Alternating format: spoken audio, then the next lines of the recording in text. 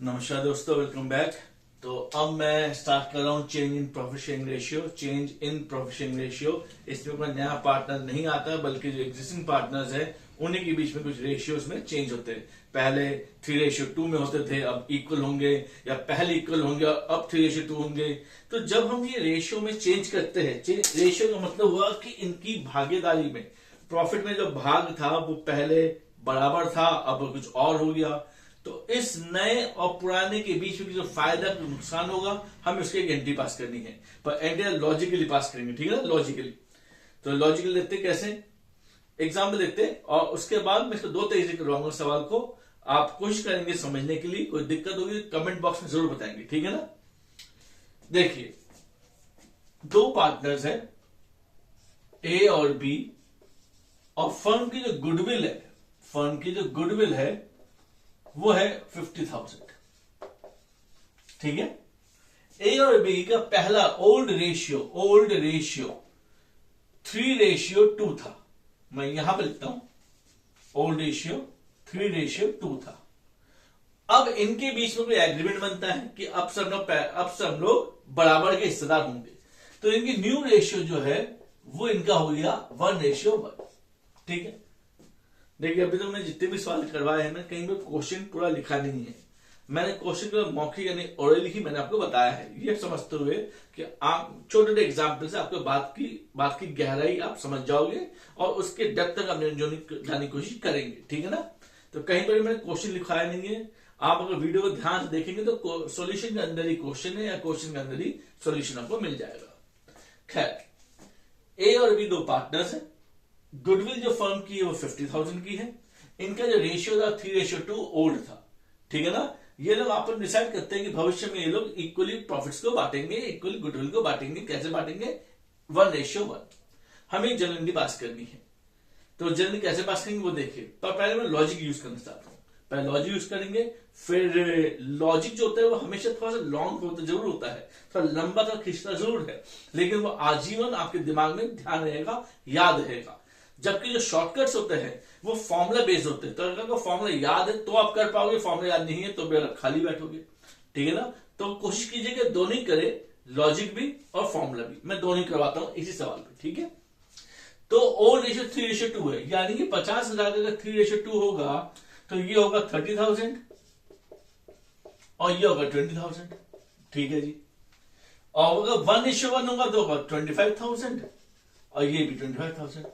अब जब लॉजिक देखते हैं, लॉजिक में क्या यूज कर रहा हूं मैं, ऊपर थोड़ा इसको हटा देता हूं, और अब मैं इसको रख लेता हूं कैपिटल, आपको ध्यान रहेगा। और हमारे कैपिटल का फॉर्मूला क्या होता है वो भी आपको याद होगा, प्लस और माइनस। प्लस का मतलब क्रेडिट और माइनस का मतलब डेबिट, ठीक है ना। इस फॉर्मूले को ध्यान रखना है आपको।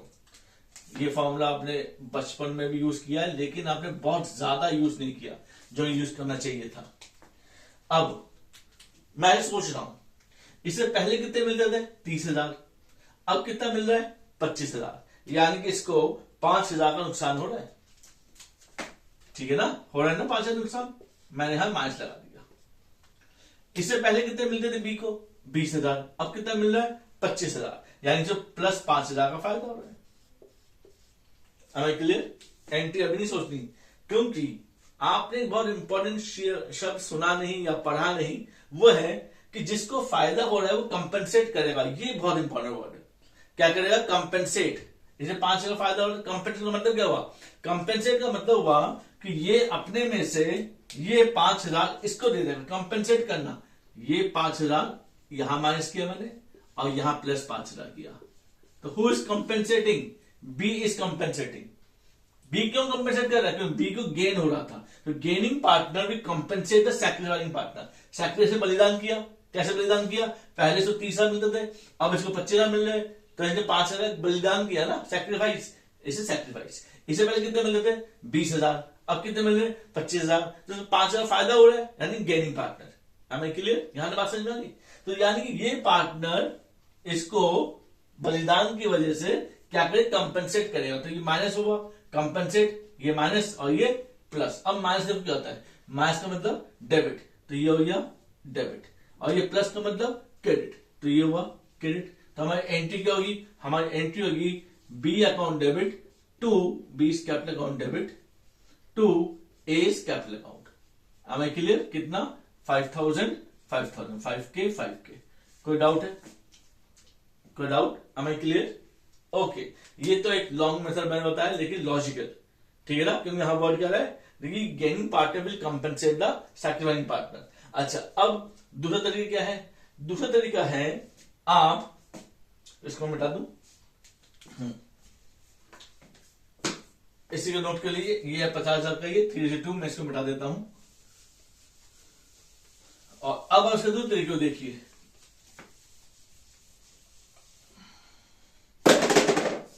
यहां पर ये 50,000 है, old ratio 3/5 2/5, new ratio 1/2 1/2, minus कीजिए, old minus new, 3/5 minus 1/2, 3/5 minus 1/2 and here 2/5 minus 1/2। Solve करते हैं, एलसीएम 10, 5 2 10 कर लीजिए ऐसे, 3 2 6, 5 1 5, 1/10। चलिए बहुत बढ़िया, ये कितना है? एलसीएम 10, 2 2 4, 5 1 5, कितना है? -1/10। क्लियर? अब ओल्ड माइनस न्यू करने पर अगर आंसर पॉजिटिव में आता है, पॉजिटिव, तो ये हुआ हमारा पॉजिटिव आएगा तो सैक्रिफाइसिंग। ओल्ड माइनस न्यू करने पर नेगेटिव आता है तो ये गेनिंग। इतना समझ में आ गई? अब डायरेक्ट एंट्री कर लीजिए, गेनिंग, तो हमारी एंट्री क्या होगी? एंट्री हमारी होगी, जो हम याद करते हैं, याद करवाते हैं, gaining partner to sacrificing partner, gaining partner to sacrificing. तो गेनिंग कौन हुआ? बी हुआ गेनिंग, तो B capital to A's capital, कितना? 1/10। 1/10 किसका? गुडविल कितनी थी? 50,000, 50,000 का 1/10 5,000। आया नहीं आया आंसर? यही आंसर पहले भी आया था। Am I clear? तो एक मैंने आपको लॉजिकली बताया और दूसरा मैंने आपको सीधे फॉर्मूला बेस बताया सेम सवाल को। इसका मतलब ये हुआ कि हम एक ही सवाल को दो तरीके कर सकते हैं, ठीक है ना। अब आप कमेंट करके मुझे बताएंगे कि आपको कौन सा तरीका ज्यादा पसंद आ रहा है, ठीक है ना, लॉन्गर वाला या शॉर्टकट वाला। लेकिन मेरा अपना मानना है कि लॉन्गर वाला लॉजिकल वे है और वो आपको हमेशा याद रहेगा कि कंपेंसेट वर्ड नाम का एक वर्ड है और वो लॉन्गर वाला इस फॉर्मूले के बेस पर काम कर रहा है, ठीक है। इतना आप करके रखिए, नेक्स्ट क्लास में मैं इससे भी एडवांस लेवल में आपको बताऊंगा, ठीक है। Thank you.